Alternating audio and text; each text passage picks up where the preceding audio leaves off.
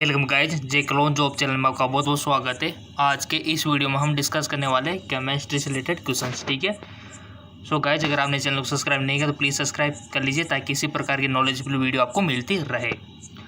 तो चलिए, पहला क्वेश्चन है,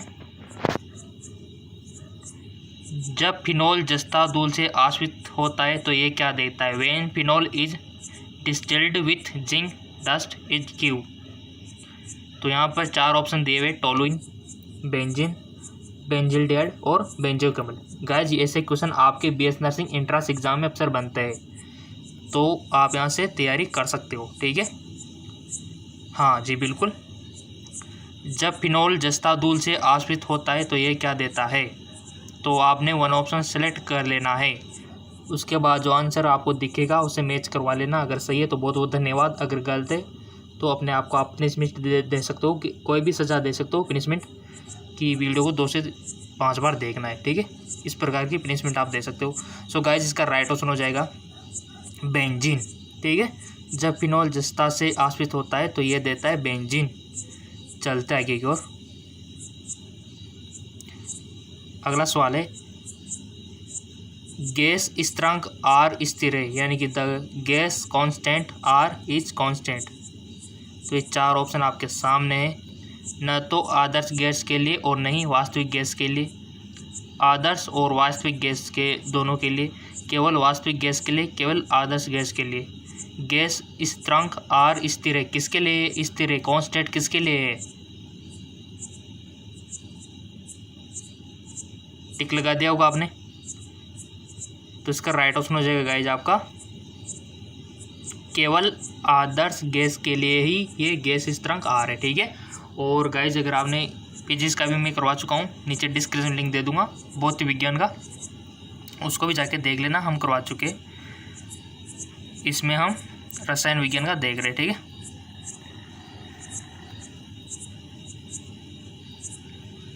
अगला क्वेश्चन है आपके सामने कि अगला क्वेश्चन है, घन कपास प्राप्त होती है जब सांद्र नाइट्रिक एसिड के साथ अभिक्रिया करता है। घन कॉटन इज ऑब्टेन्ड व्हेन जब constant nitric acid react with glycerine, cellulose, starch, glycogen. किसके साथ रिएक्ट करेगा नाइट्रिक एसिड? तब जाके बनेगा। तो इसका राइट ऑप्शन हो जाएगा, टिक लगा लिया होगा आपने, तो इसका राइट ऑप्शन हो जाएगा सेलुलोज। ठीक है, सेलुलोज इसका करेक्ट ऑप्शन हो जाएगा। चलते आगे की ओर। बहुत अच्छा क्वेश्चन है, ग्रेफाइट है,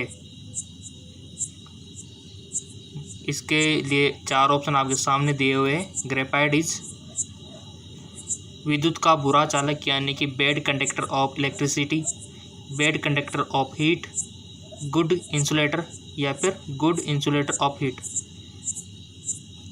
विद्युत का बुरा चालक, उष्मा का बुरा चालक, अच्छा कुचालक, उष्मा का अच्छा चालक। तो आपको राइट ऑप्शन पे टिक लगाना है, तो लगा दिया होगा। इसका राइट ऑप्शन हो जाएगा गाइज आपका उष्मा का अच्छा चालक। ठीक है, good conductor of heat. Next, ethanol का निर्जलीकरण देता है। Dehydration of ethanol, ethane, acetylene, ethylene, acetic acid.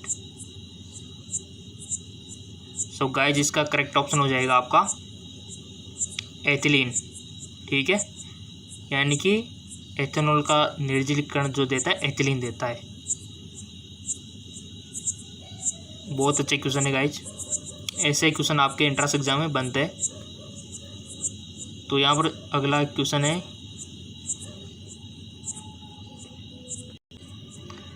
कथन एक कक्षक में केवल 2 इलेक्ट्रॉन हो सकते हैं के रूप में जाना जाता है। The statement orbital can obtain only 2 electron is given. Pauli का सिद्धांत, हुंड का नियम, डिराक का नियम सिद्धांत, या फिर हाइजेनबर्ग का सिद्धांत। ये सिद्धांत सारे याद रखने, क्वेश्चन बन सकता है। ठीक है ना, सिद्धांत तो आने चाहिए ना आपको, है कि नहीं? तो राइट ऑप्शन भी चूज कर लिया होगा आपने। क्वेश्चन बनते सिद्धांत से, प्रिंसिपल से। इसका राइट ऑप्शन हो जाएगा आपका पाउली सिद्धांत। ठीक है, पाउली प्रिंसिपल। अगला क्वेश्चन है, यौगिक को नकारात्मक आयोडोफोम परीक्षण देता है? बहुत अच्छा क्वेश्चन। और आपके सामने 4 option. The compound which will give negative iodoform test, CH3 CH2OH, CH3CHO, C6H5CH2 CH2OH या फिर C6H5CO CH3। कौन देता है नकारात्मक आयोडोफोम परीक्षण? टिक लगा दिया? देखो टिक लगा लो, क्योंकि आपका थोड़ा प्रैक्टिस हो जाए इससे, कि और क्या। आप गलती से बट टिक लगा दो, ताकि आपको भी अंदाज़ा लग जाए कि हम कितनी गहराई में हैं, ताकि उसी प्रकार से आप तैयारी कर सको। आप ही का ही फ़ायदा है। लगा दिया टिक? तो चेक, क्योंकि आंसर तो मैं बता रहा हूँ, आप टिक लगाओ या ना लगाओ, आंसर तो मैं बता ही हूँ, बट आपकी प्रैक्टिस हो जाए तो बेस्ट है। तो लगा दिया? तो इसका राइट ऑप्शन हो जाएगा C6H5CH3 CH2OH। ठीक है, ये इसका राइट ऑप्शन हो जाएगा C6H5CH2 CH2OH, यानी कि ये यौगिक नकारात्मक आयोडोफोम परीक्षण देता है। अगला है आपका, कितने अच्छे क्वेश्चन है गाइस। अगला है, यह जांचने का सबसे अच्छा तरीका है कि स्पष्ट द्रव पानी होगा या नहीं।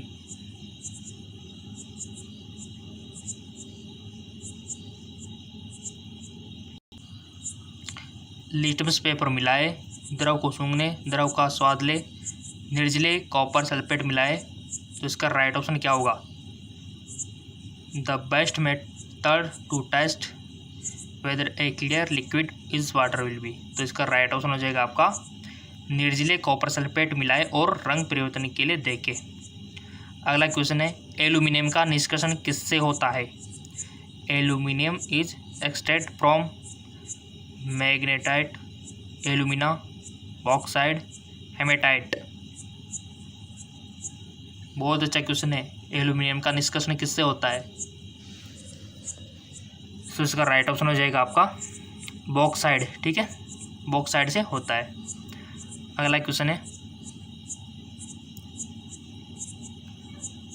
नायलॉन बनाने में उपयोग की जाने वाली कच्ची सामग्री है। नायलॉन बनाने में उपयोग की जाने वाली कच्ची सामग्री methyl methacrylate, butadiene, adipic acid, ethylene. Guys channel को सब्सक्राइब कर लो, ताकि फोरम वोरम आया, ताकि आपको पता लग जाए। कोई भी रिजल्ट आए, आपका आंसर किया है, काउंसलिंग हो जाएगी, सब कुछ जानकारी इसी चैनल पर अवेलेबल हो जाएगी आपको। ठीक है, बीएस नर्सिंग के फॉर्म कब भरेंगे, रिजल्ट कब आएगा, काउंसलिंग कैसे होगी, एडमिशन की प्रोसेस क्या है, old question paper, multiple choice question तैयारी, सब कुछ मिलेगा, सब कुछ। ठीक है ना, तो सब्सक्राइब कर लो, फ़ायदे में रहोगे आप। और इसका आंसर आपने चूज कर लिया होगा। नायलॉन बनाने में उपयोगी की जाने वाली कच्ची सामग्री, तो कच्ची सामग्री क्या होगी? टिक लगा दिया? Check now. Adipic acid. ठीक है, तो एडिपिक एसिड नायलॉन बनाने में उपयोग की जाने वाली कच्ची सामग्री है। अगला क्वेश्चन है, पोटेशियम एसीटेट का इलेक्ट्रोलाइसिस देता है? मीथेन, एसिटिलीन, इथाइलिन या फिर इथेन। टिक लगा दिया? Check now. इसका राइट ऑप्शन हो जाएगा इथेन। ठीक है, यानी कि पोटेशियम एसीटेट का इलेक्ट्रोलाइसिस इथेन देता है। अगला सवाल है आपका, बहुत मोस्ट इंपॉर्टेंट है, देख लो, आपको बहुत सारे तो डायरेक्ट भी क्वेश्चन मिल जाएंगे, देखना। उत्कृष्ट गैस तत्वों की इलेक्ट्रॉन बंधुता है। उत्कृष्ट गैस तत्वों की इलेक्ट्रॉन बंधुता है हाई, लो, वेरीइंग, हाई या फिर शून्य के लगभग। Electron affinity of noble gas element, तो इसका राइट ऑप्शन हो जाएगा आपका शून्य के लगभग। ठीक है, अगला सवाल है,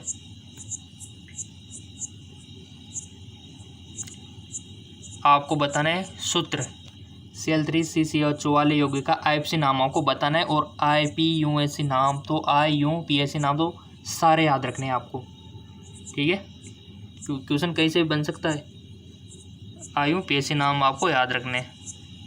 तो इसका क्या होगा? Cl3CCHO का IUPAC नाम, तो इसका राइट ऑप्शन हो जाएगा आपका 2,2,2 ट्राइक्लोरोइथेनॉल। ठीक है, इसका आईपीसी नाम हो जाएगा।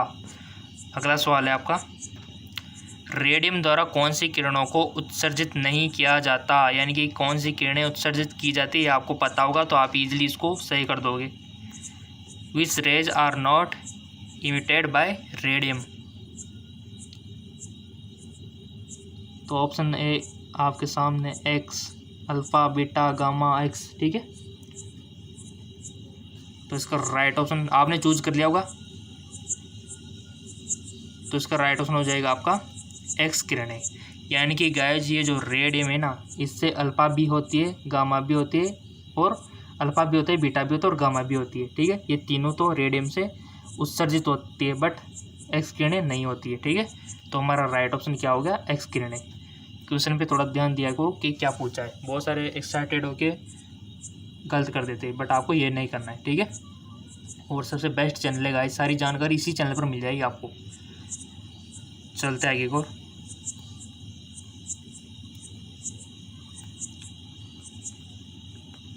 बीएस नर्सिंग क्वेश्चन है, देख सकते हो, ठीक है। पोर्टलैंड सीमेंट यानी कि चूने को छोड़कर का एक प्रमुख घटक है, तो इसका सिलिका राइट ऑप्शन हो जाएगा, ठीक है।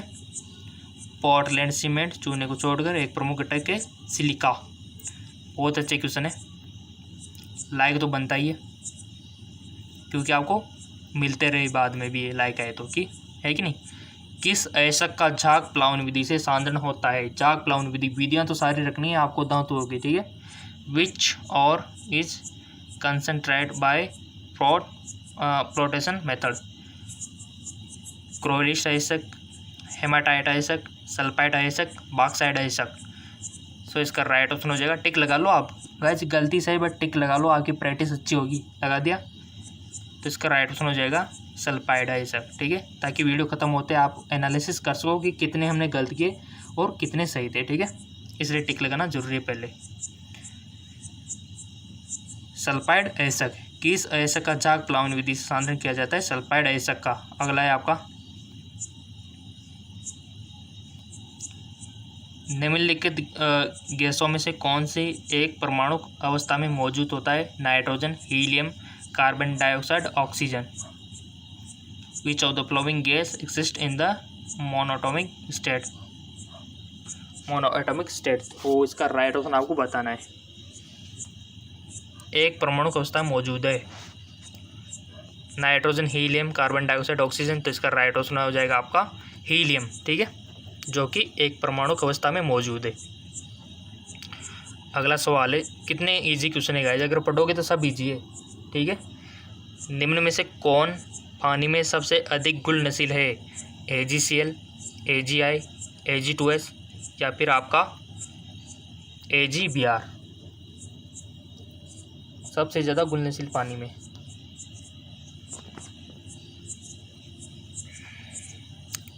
सो गाइस जिसका राइट ऑप्शन हो जाएगा आपका AgCl, ठीक है। चलते आगे, निम्नलिखित में से किन अणुओं में रैखिक संरचना होती है। संरचना तो सबकी याद रखनी है, क्वेश्चन बनता है 100% क्वेश्चन बनता है, लिख लो संरचना से। यौगिकों की संरचना तो आपको आनी चाहिए 100%, ठीक है। जैसे कि अमोनिया की हो गई, आपके Cl3 हो गया, पिरामिडल शेप होता है किसी की डबलाकार होती है, बहुत सारी आकृतियाँ होती हैं हमारे केमिस्ट्री में, तो सारी आपको पता होनी चाहिए। और मैंने वीडियो भी बना दिया है, आपको बिल्कुल भी टेंशन नहीं लेनी है। लिंक मैं डिस्क्रिप्शन में दे दूंगा ताकि आप आकृतियाँ पढ़ सको, ठीक है। डिस्क्रिप्शन में लिंक दे दिया है, मानो आप तो। विच of the flowing molecule has a liner structure, H2O, CH4, NH3 और CO2। तो इसका राइट ऑप्शन हो जाएगा गाइस आपका CO2, यानी कि CO2 की जो संरचना है ना वो रैखिक होती है, ठीक है। बिल्कुल भी हार्ड नहीं है, वीडियो मैंने बना दिया है, जाके देख सकते हो। सो गाइज हमारे जो केमिस्ट्री में कंपाउंड यानी कि हमारे जो यौगिक होते हैं उनकी संरचना वाला वीडियो आप देख लेना, इसके बाद लिंक मैंने दे दिया है। अगला क्वेश्चन है, और चैनल को सब्सक्राइब जरूर कर लेना ताकि आपको वीडियो मिलते रहे इसी प्रकार के, आपकी तैयारी होती रहे। विच और जैसे फॉर्म आएंगे इसी चैनल पर आपको मिल जाएंगे। विच ऑफ द फ्लोइंग 0.1 मोल जलीय विलयन में किसका सबसे कम हिमांक होगा, sodium chloride, potassium sulphate, urea, glucose. लगा दिया होगा टिक आपने, तो इसका राइट ऑप्शन हो जाएगा पोटेशियम सल्फेट, जो आपने टिक लगाया था क्या वो सही था? अगर सही था तो आप अपने आप को 1 नंबर दे सकते हो, ठीक है। अगर गलत था तो 0, ठीक है ना, ताकि आपकी प्रैक्टिस हो सके और अपने आप से खुद पूछना कि हमने इतनी गलती क्यों की है, ठीक है। अगर गलती की है आपने तो हमारा GK MCQ MK चैनल है, उसको जाके फॉलो कर लेना। वहाँ पर रोजाना multiple choice question free of cost मिलते हैं, फिजिक्स केमिस्ट्री बायोलॉजी के, ठीक है। GK MCQ MK लिंक दे दूँगा मैं डिस्क्रिप्शन में, डायरेक्ट वहाँ पर आप पहुँच सकते हो। अगला क्वेश्चन है,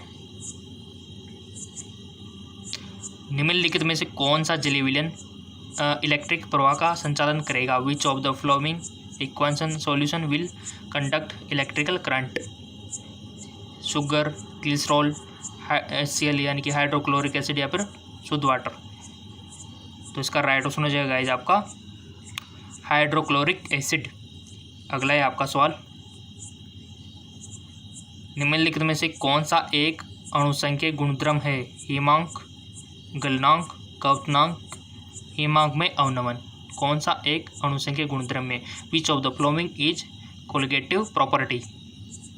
सो इसका राइट ऑप्शन इज हिमांक में अवनमन। Depression is freezing point. अगला सवाल है थोड़ा हार्ड है, तो इसको थोड़ा ध्यान से पढ़ना। एक तत्व की सबसे सामान्य ऑक्सीकरण स्थिति -2 है। इसके बाद हम कोश में उपस्थित इलेक्ट्रॉन की संख्या आपको बतानी है, ठीक है। The most common oxidation state element to the number of electron present in the outer shell. तो इसका सिंपल सा बच्चों वाला क्वेश्चन है, राइट ऑप्शन हो जाएगा आपका 6, ठीक है, यानी कि इलेक्ट्रॉन की संख्या 6 ही होगी। अगला सवाल है, सिरका में कौन सा अम्ल होता है गाइज? सिरका जो होता है ना उसमें कौन सा अम्ल होता है? What acid is present in vinegar? HCl, tartaric, acetic या फिर साइट्रिक? बहुत अच्छा क्वेश्चन है और इसके हम प्रैक्टिस भी करा चुके हैं कि किस में कौन सा होता है हमारे GK MCQ के चैनल में, ठीक है। तो इसका राइट ऑप्शन हो जाएगा आपका एसिटिक अम्ल, ये होता है, ठीक है। चलते आगे एक और, धातु के साथ कार्बन बनाता है? कार्बोनेट, हाइड्रोक्साइड, कार्बाइड या फिर ऑक्साइड? BS नर्सिंग में ऐसे क्वेश्चन बनते हैं 100%, ठीक है। तो इसका राइट ऑप्शन हो जाएगा आपका कार्बाइड। गाइस अगर आपको BS नर्सिंग की सारी जानकारी चाहिए तो जेक्लोन जॉब से बेटर चैनल हो ही नहीं सकता हो, ठीक है, क्योंकि यहाँ पर आपको फॉर्म भरने से लेकर कि फॉर्म कब आएंगे वहाँ से लेकर आपका पूरा सफ़र कॉलेज में एडमिशन तक का इसी में तय होगा आपका जेक्लोन जॉब में। तो आप इसको सब्सक्राइब करके बेल आइकन पर प्रेस ज़रूर कर सकते हो ताकि आपको लेटेस्ट इन्फॉर्मेशन मिलते रहे, फॉरम से आएंगे उसको लेकर भी और तैयारी को लेकर भी, ठीक है। अगला क्वेश्चन है, ब्रोमीन और KOH के साथ एसिटामाइड की अभिक्रिया एल्कोहल देता है? Methyl amine, ethane, ethyl amine, ethyl alcohol? So इसका राइट ऑप्शन है गाइज आपका एथिल एमीन, ठीक है। अगला क्वेश्चन है, थोड़ा सा न्यूमेरिकल है, थोड़ा है कि नहीं।